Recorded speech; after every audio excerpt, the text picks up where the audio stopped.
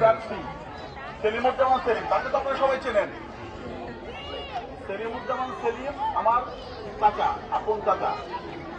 আপনাদের এইখানে মূলত প্রধান অতিথি হিসেবে কিছুক্ষণের ভিতরে উপস্থিত হবেন সেলিমুজ্জামান সেলিম চাচার সহধর্মিণী আমার চাচি সাবরিনা বিনতে আহমেদ শুভ্রা। উনি কিছুক্ষণের ভিতরে উনি চলে আসছে, জয়নগর পার হয়ে গেছে অলরেডি, কিছুক্ষণের ভিতরে আপনাদের মাঝখানে আসবেন।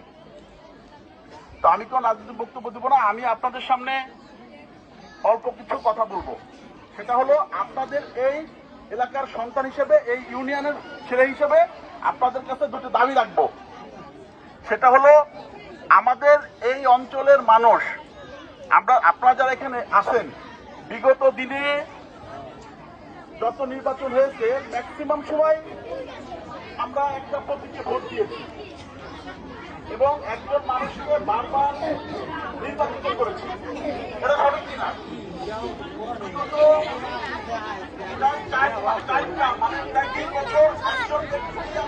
নির্বাচিত করেছি।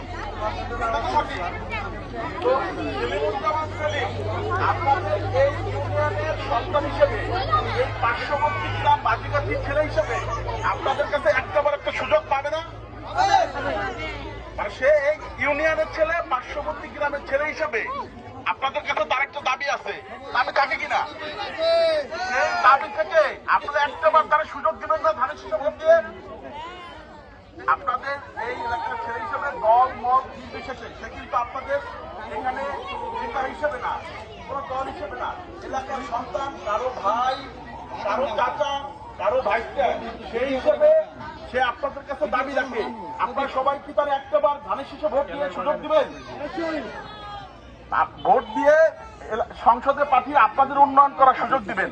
আমি তার ভাতিজা হিসেবে আপনাদের কাছে একটা দাবি নিয়ে এসেছি, আপনারা তারা একটাবার সুযোগ দেন, সে যাতে সংসদে এমপি নির্বাচিত হয়ে আপনাদের এলাকার মানুষ